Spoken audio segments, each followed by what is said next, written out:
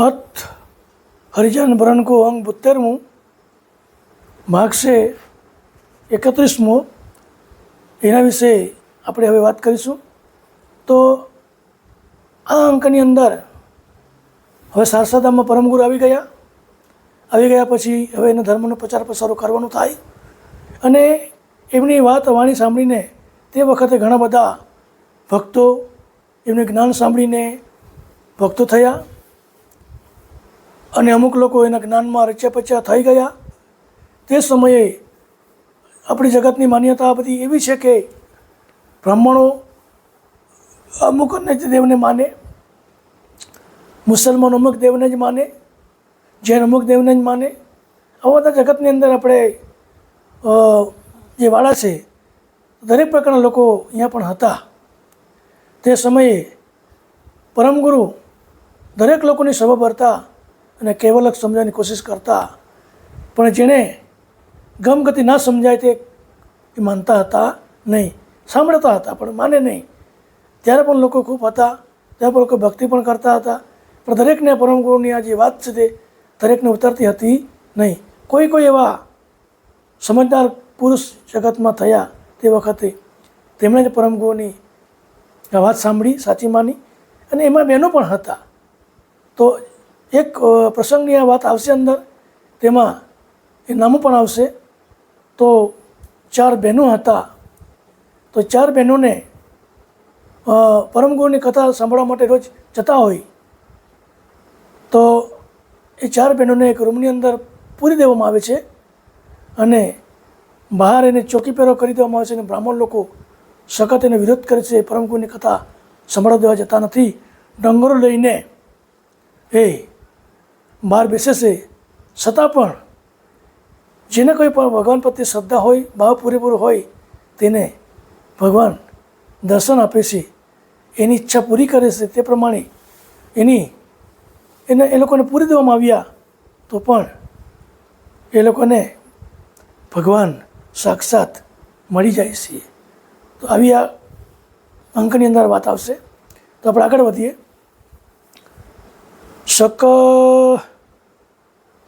સમેટ 4 મુખે અંશુ બ્રાહ્મણ ક્ષત્રિય સોદર વંશુ 4 વર્ણ હેત અધિકારી પ્રીત્ય રીત્ય હમ શેરત પ્યારી. બ્રાહ્મણના મુખથી ઉપજેલા ગણાતા 4 મુખની તે 4 વર્ણની પતિ શાસ્ત્રોએ વર્ણવેલી છે. તે મુજબ બ્રાહ્મણ ક્ષત્રિય વૈશ્ય શૂદ્ર 4 વર્ણની ઓળખતા જણો મારા પર ઘણું જ હેત રાખતા હતા. પણ જેનો જેટલો અધિકાર હતો તેણે જેટલું જ ઉત્તમ જ્ઞાન મેળવવાનું નામ કહું છું. જેને જેટલી સમજણ મારા જ્ઞાનની પડી તેને તેટલું જ સમજાયું, બધાને મારી વાત સમજાય નહીં.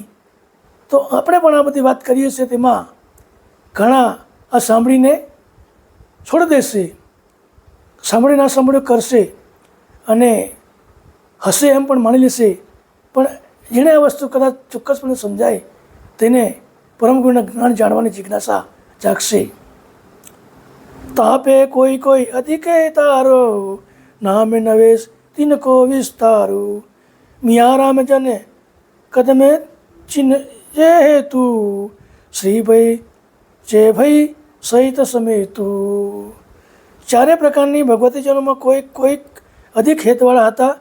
તેમાં નામ વિસ્તારપૂર્વક જણાવું છું.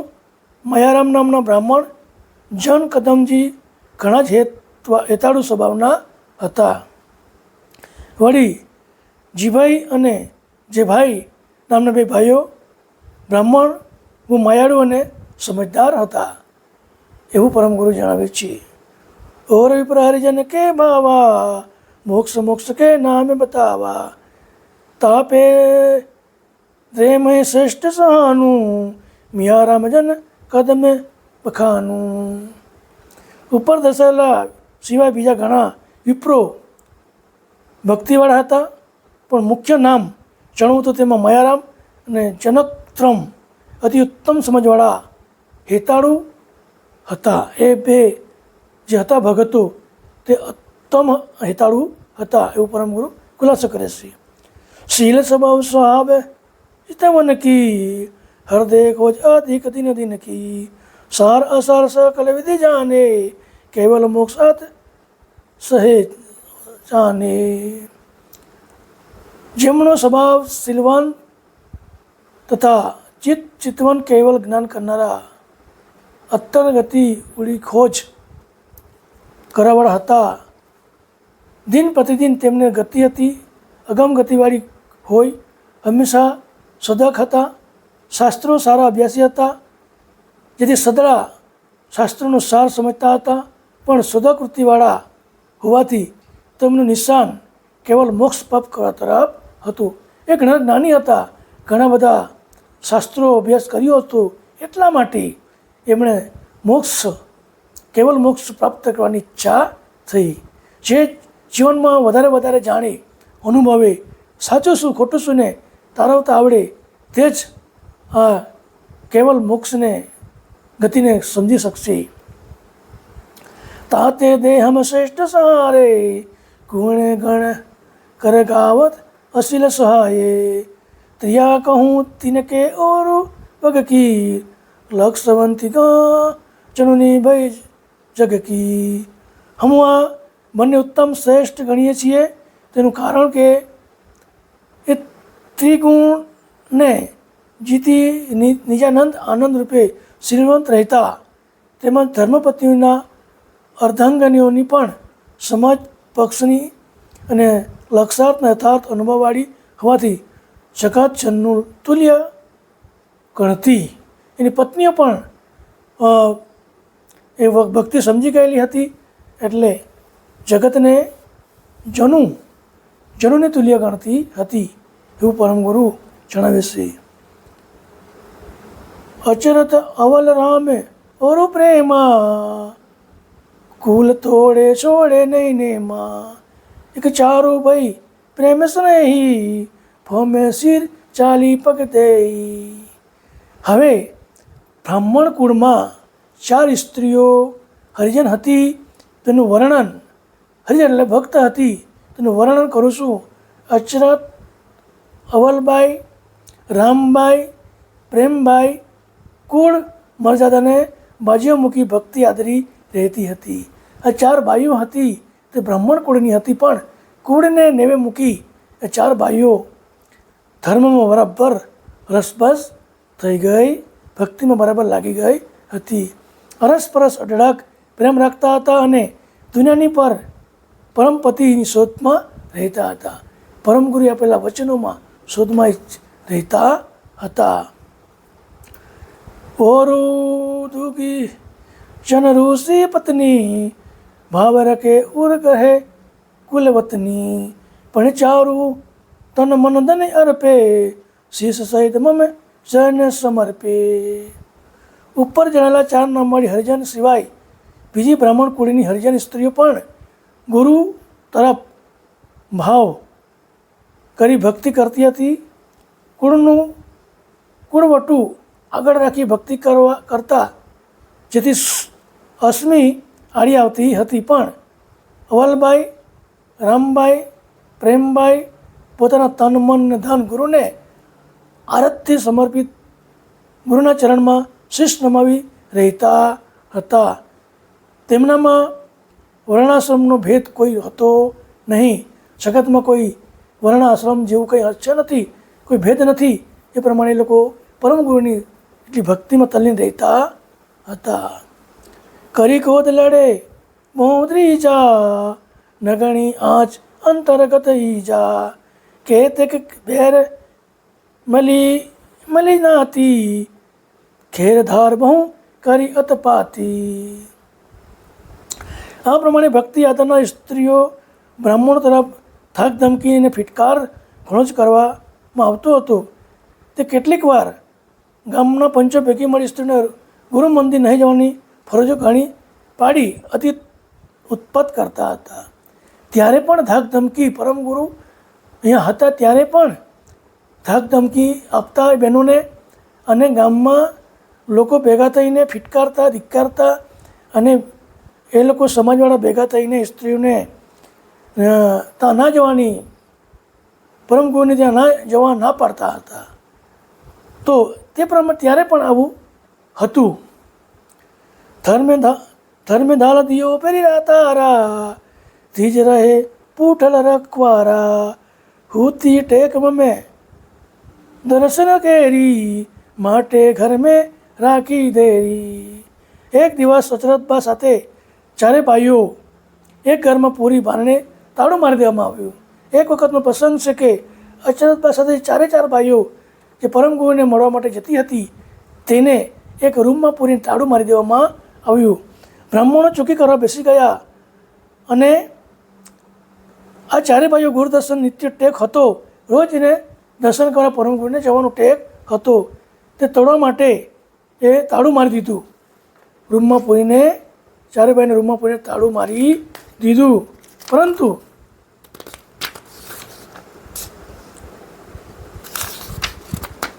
દીપ મંડલ બેઠે રહી સારું, મેં દર્શન આઈ વહી ચારું, તારા તો કા રહી રહ્યા, અકલ કતે ગઈ ચારું વૈયા. ત્યાં એવો બનાવ બન્યો કે ચોકી કરનારા તાળા તોડી બાજીમાં તાળું તોડતા જ રહ્યા અને ચારે સ્ત્રી અકળ ગતિએ ગુરુના દર્શનમાં હાજર થઈ ગઈ. તાળું જોયા કર્યું એ લોકોએ અને રૂમ બંધ હતો અને ચારે ભાઈઓ પરમગુરુના દર્શનમાં હાજર થઈ ગઈ. तबे ब्राह्मण को छुट्टियों क्रोधा, घन लगे कुल मत के पौधा, विप्र सकल को थी अधिकारी, पाए लग्यो जय पाग उतारी. ત્યારે આ બનાવ જોઈને બ્રાહ્મણોને ક્રોધ આવ્યો. એટલો ક્રોધ આવ્યો હશે કે આટલું બધું બંધ કરી દીધા, અમે તાળું મારી દીધું, છતાં લોકો કેવી રીતે ત્યાં પરમગુરુને મળવા માટે પહોંચી ગઈ. એટલો બધો ક્રોધ આવ્યો બ્રાહ્મણોને, કદાચ એને મારવાની પણ ઈચ્છા થઈ હશે. એટલો ક્રોધ આવ્યો હશે. તે કહેવા લાગ્યા કે બ્રાહ્મણો ચારે વર્ણના ગુરુ કહેવાય અને તેમનું પદ સર્વકારી શ્રેષ્ઠ છે. તો અમે પાઘડી ઉતારીને કહીએ છીએ કે તમારી ભક્તિ સાચી છે. ચારે વર્ણના ગુરુ કહેવાય બ્રાહ્મણ એમ કે. તો છતાં પણ પેલી બાઈઓ પરમગુરુના દર્શન કરવા માટે જાય છે ત્યારે પાઘડી ઉતારીને પણ એ પણ પગે પડવા લાગી જાય છે કે તમારી ગતિ કંઈક અલૌકિક ગતિ છે પરમગુરુ એવું માને છે.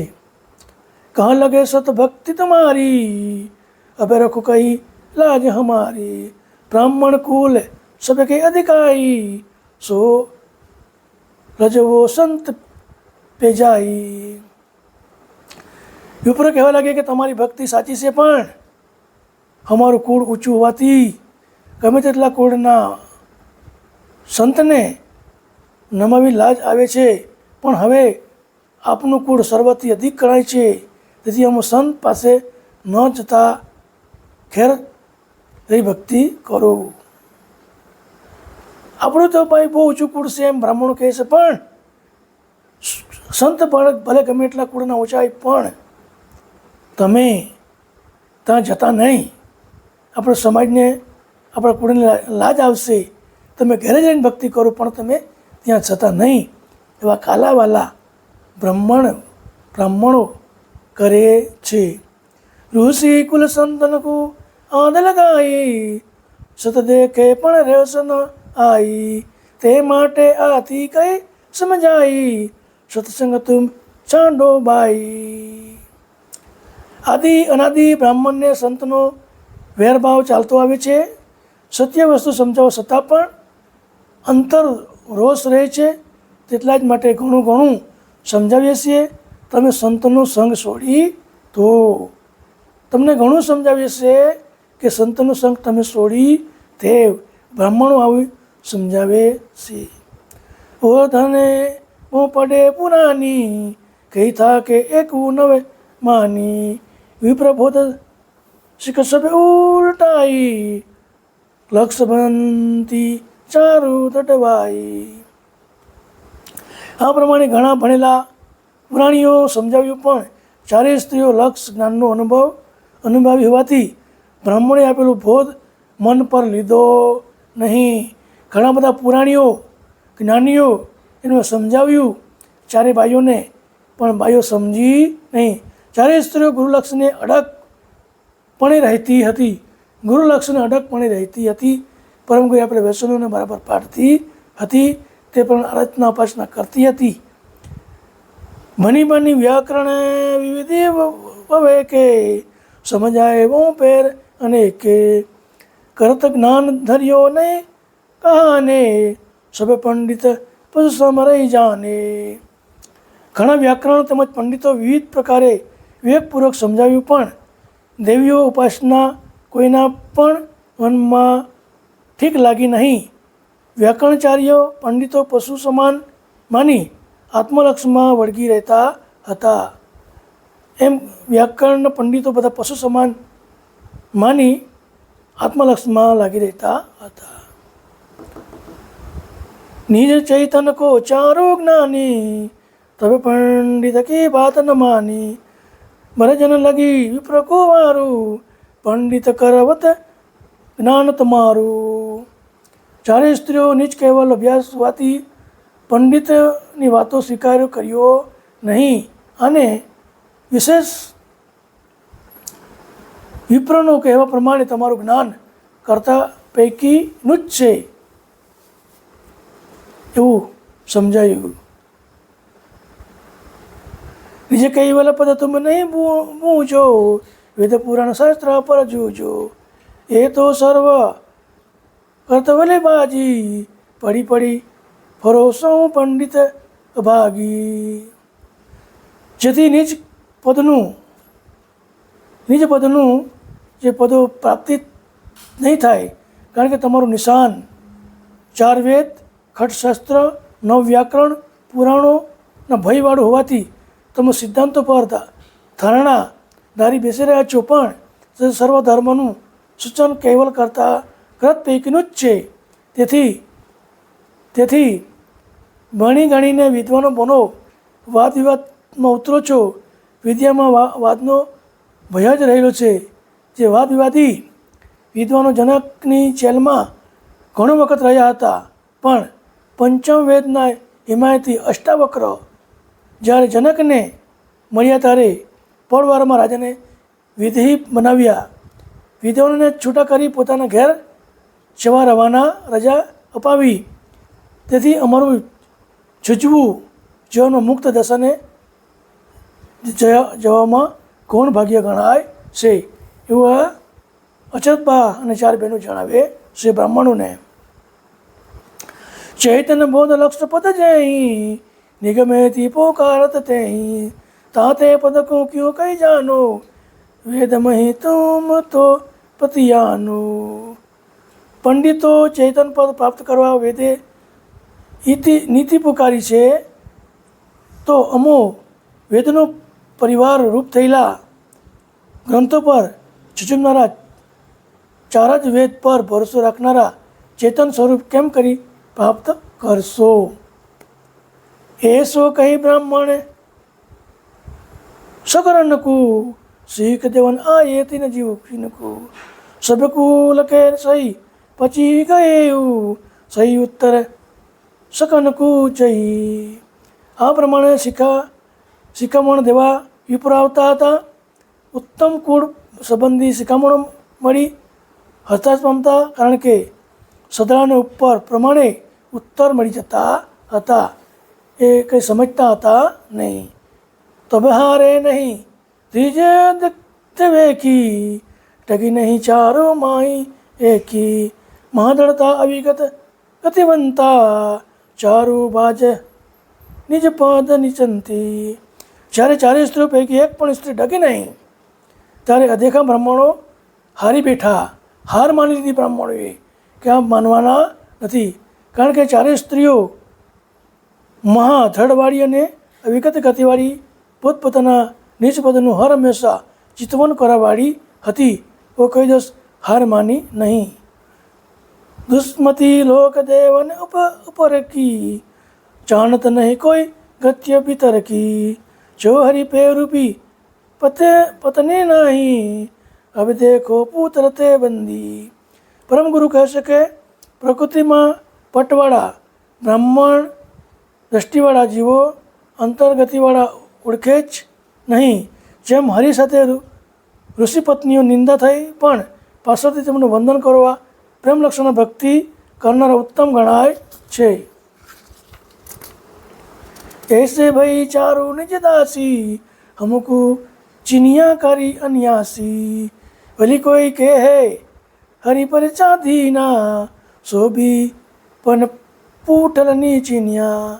જેમ હરિ અવતારે પ્રેમથી ભજે છે તેમ ચારે ભગવતી સ્ત્રીઓ તેમને અવિનાશી પુરુષ માની તેમના ચરણ સેવ્યા છે.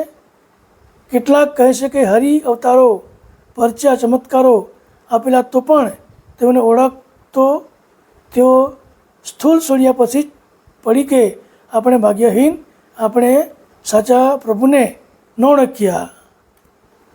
હાલ હજુરે नको पते आवे परोक्ष भय सबके गुण गावे त्यो न हमो लोकुत में आजू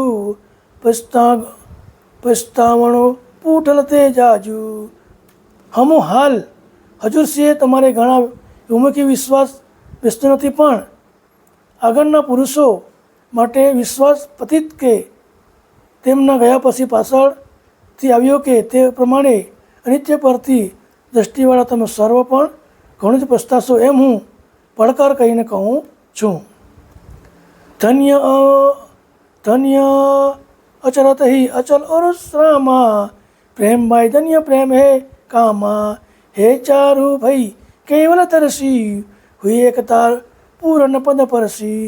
અચરત અવલ સંબા અને પ્રેમબા નિહે પ્રેમ નહે કામી હતો તે ચારેય સ્ત્રીઓ કેવલદર્શી પદ પામી હતી અને પૂર્ણપદ સાથે એક્યતાવાળી હોય તે દ્રષ્ટિવાળી હતી. ઓહોન તિનકો ભાગ્ય કા વરનું એક કુબેર હોય રહીમાં મેં ચરનું. પરમગુરુ કહે છે કે તેમના સદભાગ્યનું વર્ણન હું શું કહું. તેઓ અંતર્વૃત્તિ ગુરુચરણમાં જ રહેતી હતી. આ પ્રમાણે આ ભાગની અંદર ચાર જે બાઈઓ હતી એ લોકોને બ્રાહ્મણો વિરોધ કરતા હતા, પરમગુરુ પાસે જવા દેતા નહીં હતા. છતાં ગમે એટલી ગતિવાળા પુરુષો એને સમજાવ્યા તો પણ પરમગુરુની એ લોકો ભક્તિ છોડતા નથી અને છેવટ સુધી પરમગુરુને એ લોકો પરમગુરુની જ ગુણગાન ગાય છે, એની ભક્તિ છોડતા નથી. આવું આ અંકની અંદર આપણને જાણવા મળે છે.